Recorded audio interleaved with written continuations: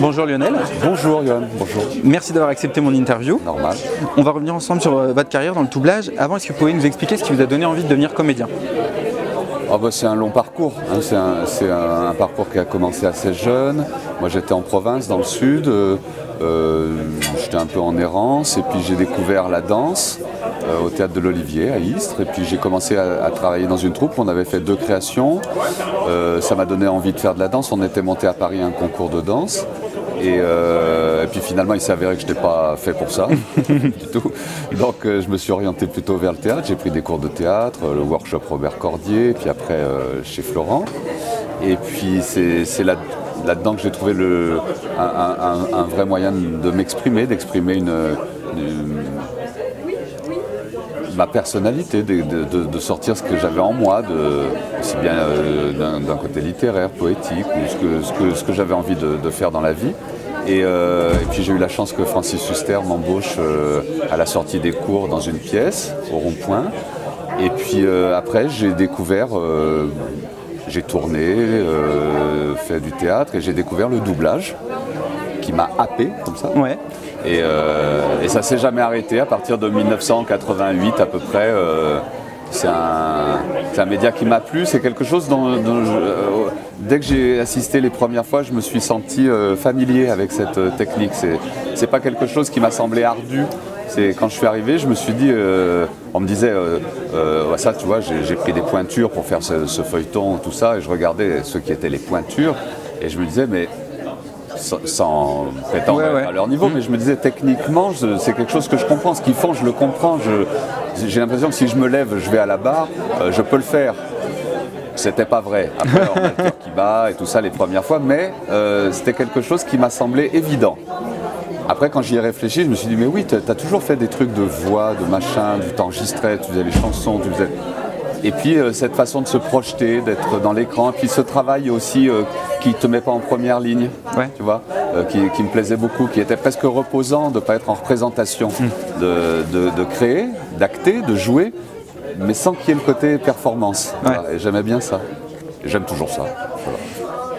Depuis, vous avez fait du chemin, notamment avec des rôles très importants dans des séries à succès. J'en ai sélectionné quelques-uns parmi votre carrière. Oui. Un des comédiens que vous avez le plus doublé durant toute votre carrière, Luc Perry, que vous avez commencé à doubler sur Beverly Hills, dans le rôle de Dylan. Oui.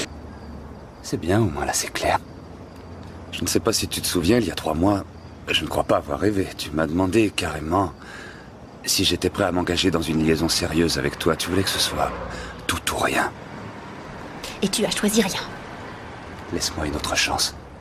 Est-ce que vous vous souvenez de vos premiers jours de doublage sur Beverly Hills? Alors oui, je me souviens, c'est Nathalie, je me souviens qu'on disait Nathalie de la Sophie, parce que c'était une boîte qui s'appelait La Sophie, où on doublait Beverly Hills, et elle m'a appelé pour me demander si j'étais libre un mardi en début d'après-midi. Tu viens à 14h30, il y a 3 boucles, machin, voilà. D'accord. Et j'y vais, et c'est ça, il y a cet acteur totalement inconnu qui avait une scène avec Brandon. Ouais. Et il l'appelait Minnesota, je me souviens, et moi j'étais assis en haut d'un escalier, et je disais « Ah, salut Minnesota, tu vas bien ?» Enfin un truc comme ça. Et je pensais que c'était vraiment quelqu'un qui croisait dans le collège ou dans le lycée ou dans la fac, je ne sais plus comment c'était, et qui ne reviendrait jamais. Et puis voilà, il est revenu pendant 14 ans, et puis c'est devenu Luc Perry. Et puis d'un coup, ça m'était tombé dessus juste parce que j'étais libre ce mardi-là. D'accord, donc vous n'aviez pas passé un essai? Non, je n'avais pas passé d'essai. Je pense que peut-être Luc, Hamet ou Emmanuel Pailly ou Lionel Mellet ou Stéphanie Murat qui ont doublé les autres rôles principaux, vous avez proposé Gilles Laurent ou tout ça, peut-être ils avaient passé des essais avant parce que c'était des rôles qui dès le premier épisode étaient importants. D'accord. Alors que le mien est arrivé même pas au premier épisode, il y avait au 3 ou 4 ou 5 sans qu'on sache qu'il allait continuer, quoi. D'accord. Et puis il a dû plaire aux gens, c'est ça. aux États-Unis, et donc on a étoffé le rôle, et puis c'est devenu Dylan de Beverly Hills. Voilà. Et j'ai eu beaucoup de chance de tomber sur lui parce que ça m'a beaucoup aidé, ça ouvre des portes. Bah oui, c'est ça, Luc Perry, de faire Dylan dans Beverly Hills. On se doutait bien que la série à l'époque, elle était un peu révolutionnaire, elle abordait plein de thèmes différents, le viol, l'avortement, la drogue, des problèmes de société qui parlaient à des jeunes qui avaient une quinzaine d'années. Et c'était la première série qui traitait comme ça, frontalement de choses. Laisse-moi t'expliquer une petite chose, pour que t'aies pas de remords après. Je ne suis pas de bonne humeur aujourd'hui. En fait, je me sens même un peu agressif.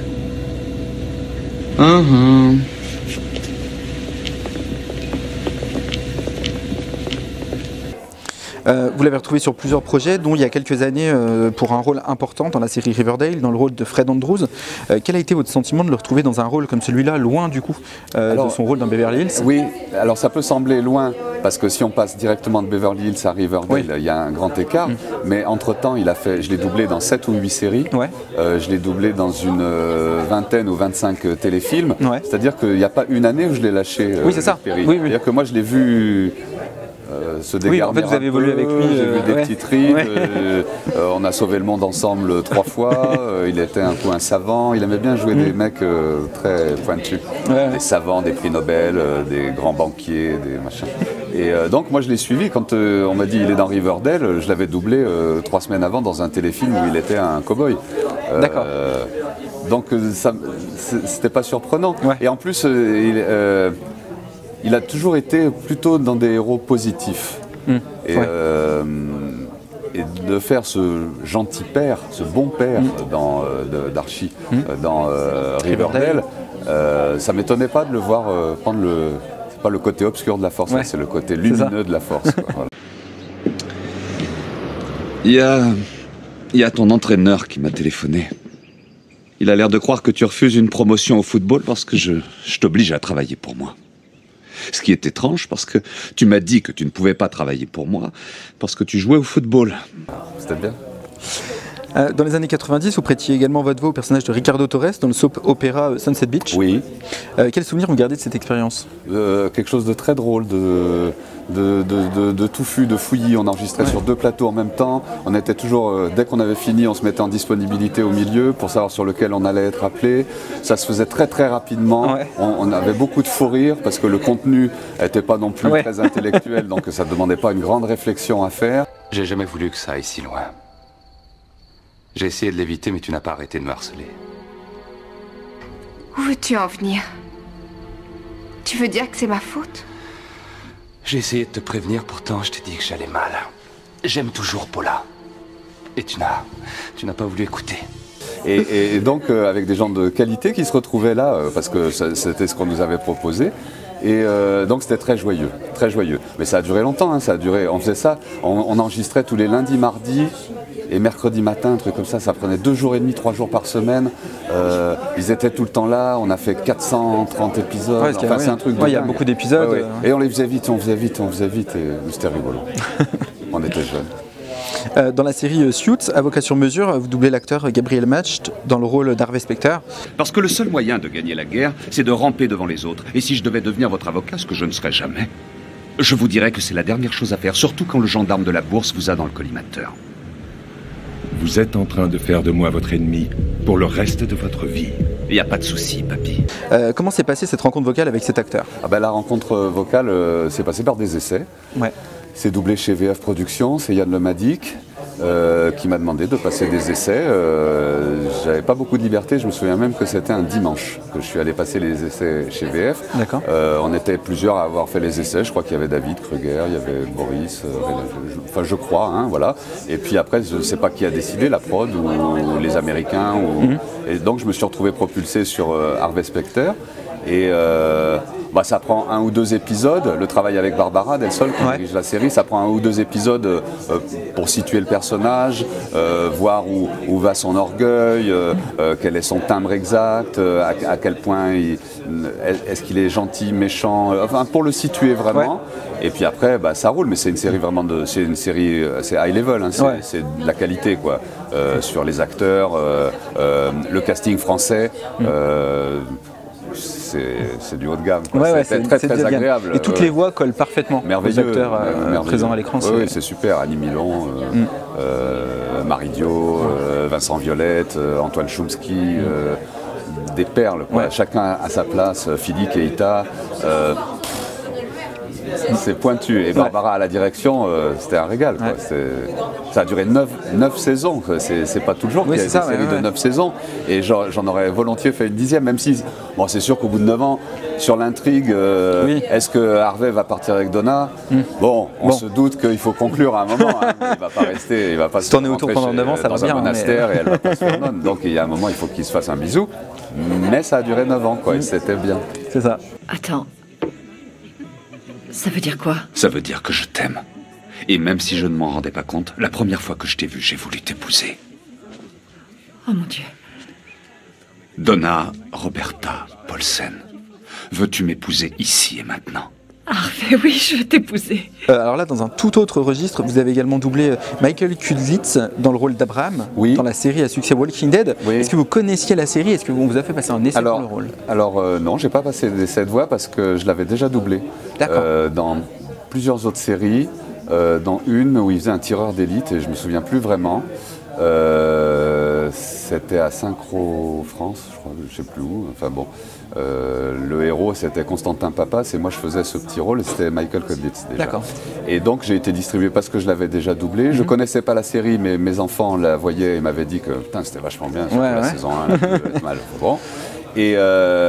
Et puis ce qui était rigolo, c'est qu'il compose quelque chose de très terrien, avec les rouflaquettes, machin. Et donc de passer dans la même période le matin à Harvey Specter qui parle, machin, et puis l'après-midi de faire un mec terrien qui se bat contre des zombies, c'était très rigolo. C'est qui ce mec? Je suis le sergent Abraham Ford. Et eux, mes compagnons de route, Rosita Espinosa et le docteur Eugène Porter. Notre mission consiste à emmener Eugène à Washington. Eugène est un scientifique. Et il sait exactement ce qui a causé ce merdier. Et puis Benoît Dupac à la direction, c'est du plaisir, quoi. C'est que du plaisir. Alors du coup, justement, parlons de Benoît, pour le doublage de votre dernier épisode, puisqu'on connaît la fin tragique de votre personnage, Benoît qui dirige la série, comment il vous apprend la mort de votre personnage? Très gentiment. Demain tu ne reviens pas. Demain tu ne reviens pas. Il y en a un parmi tous ceux qui sont là devant Negan qui va mourir. Et Amstram, Lionel, tu peux aller à la barre et voilà. D'accord. Et donc j'ai plus de date. Je prévois pas de revenir la semaine prochaine. Non, tu feras autre chose. Il y a d'autres choses, mais. Non, ça se passe très sympathiquement. Je me souviens plus honnêtement comment il l'a dit. Il a dû me l'annoncer quand je suis arrivé ou la semaine d'avant, en me disant il y en a un qui va mourir, mais on ne sait pas qui c'est. C'est un peu dans cette série, c'est un petit peu le truc. Hein, on ne sait jamais trop si ça va. On ne sait pas. On sait pas. Bon. Alors là, à travers le Arrowverse, vous doublez dans les séries Arrow, Supergirl, Batwoman ou encore Flash le personnage de Lex Luthor. Oui. Interprété par John Cryer. Oui, évidemment. Des supraprimates. À croire que tu sors tes expériences d'un tuto sur Internet, c'est pas étonnant que tu sois aussi en retard. Ça va encore durer longtemps, tes sarcasmes. On a toujours travaillé comme ça depuis qu'on est petit. Tu avances une théorie, je te dis que tu te trompes carrément et ça te motive à trouver mieux. Comment se passe le doublage de ce personnage? De quoi? Comment se passe le doublage de ce personnage? De Lex Luthor? Ça se passe sans problème. C'est un comédien que vous aviez déjà doublé? Ah oui, je l'ai fait pendant 12 ans dans Mon oncle Charlie. Ah oui, d'accord, ok. Donc je le connais dans son versant comique. C'est quelqu'un avec qui j'ai doublé près de 300 épisodes d'un sitcom où il fallait vraiment le suivre. C'est une des choses les plus merveilleuses pour moi. Quelqu'un qui est assez proche de moi dans le jeu.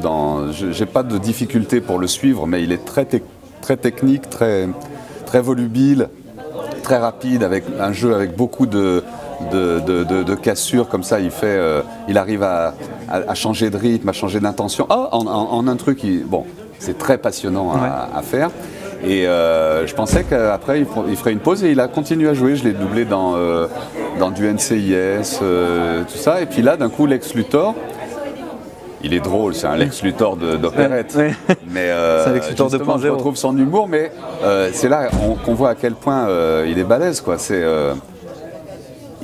Il a le même humour, le même panache, le même abattage, et il construit pourtant un personnage dangereux, terriblement différent d'Alan de Mon oncle Charlie. Tu as promis. Oh, pardon, vas-y. Bon, voilà. Hier soir, Norma m'a fait une offre, elle m'a proposé une affaire. Elle t'a proposé une affaire? Mais je parie que c'est une nouvelle invention. Non, c'est pas le télégraphe, pas de machine volante et surtout pas de vélocipède à moteur. Au cinéma, vous prêtez également votre voix à un grand nombre d'acteurs. C'est par exemple le cas d'Owen Wilson. Oui. Lequel de ces films vous a particulièrement marqué? À Owen Wilson? Ouais. Si on devait en retenir qu'un seul. C'est quand on le suit un peu, là, tous les beaux-parents et moi, et puis les nuits au musée. Moi, celui que j'aime bien, parce que c'est destiné à un public très très familial, et puis je trouvais que le personnage était réussi, le film était réussi, c'était Marley et moi. Ouais, avec Jennifer Aniston. Voilà, Marley et moi. Mais j'ai beaucoup rigolé aussi sur les stagiaires. Quand ils sont chez Google ou je sais plus quoi. Ouais. Ça, c'était drôle. C'est bien marré. Moi, je suis très client de ces films-là. Ok. Ah, tiens, c'est sympa de tomber sur vous. Ah oui? Peut-être que l'agenda en ligne vous a aidé à savoir exactement où je serai à cette heure-ci? Je me trompe ou bien vous venez de très très loin? Bravo! Oh, j'ai un don d'observation anglaise. Hein. Hello, Mr. Oliver Twist. Je peux avoir plus de pain, monsieur? Australienne, en vérité. Ah oui? C'est le même drapeau, pourtant. Vous doublez également Jimmy Smith dans les films Star Wars, ou également dans la série Dexter dans le rôle de Michael Predo. Oui. Ah c'est un acteur beaucoup plus straight, beaucoup plus sérieux et tout ça. Le coup dans Star Wars, c'était agréable parce que d'un coup, on débarque dans l'univers Star Wars. Ouais. Donc on se dit, oh, c'est comme ça, c'est fait comme ça, on le double comme ça. On dit ces mots, là je l'ai fait dans Obi-Wan aussi. C'est un acteur très bien, très straight, très professionnel, beau mec, latino, comme ça. Il joue dans Dexter, il est procureur ou un truc comme ça. Il veut battre Dexter sur son propre... il veut devenir ami avec Dexter et tout ça, et puis il finira mal. Mais plus que le comédien, plus que le rôle, ce qui était marrant, c'est d'intégrer ces espaces-là, l'espace Star Wars, l'espace avec Isabelle Branas qui dirigeait l'espace Dexter, toutes ces séries comme ça qui sont un peu cultes et tout ça, et tu te dis, oh, j'aime bien être là, j'avais envie d'être là, je suis content de partager une saison avec tout ce petit monde qui fait bien le métier. Ouais, c'est ça. Voilà. En tant qu'homme de loi de cette ville, j'ai consacré toute ma carrière à combattre le crime, pour que chacun se sente en sécurité à Miami. Toutes les familles, noires, blanches, latino, asiatiques, doivent pouvoir palper notre plein engagement pour leur rendre leur dignité. Merci beaucoup Lionel. Je vous en prie. D'avoir pris du temps pour me rencontrer ici au Game in Reims. C'était très très agréable. Là, je vais repartir signer des autographes. C'est ma première convention. Là. Faut que je me chauffe le poignet. Les gens sont charmants. Voilà. Que nous dirait Harvey Specter pour terminer cette interview? Que dirait Harvey Specter pour terminer cette interview? Harvey Specter, il dirait Donna, vous verrez avec le monsieur pour le dossier. Merci. Voilà. Super. Merci. Merci.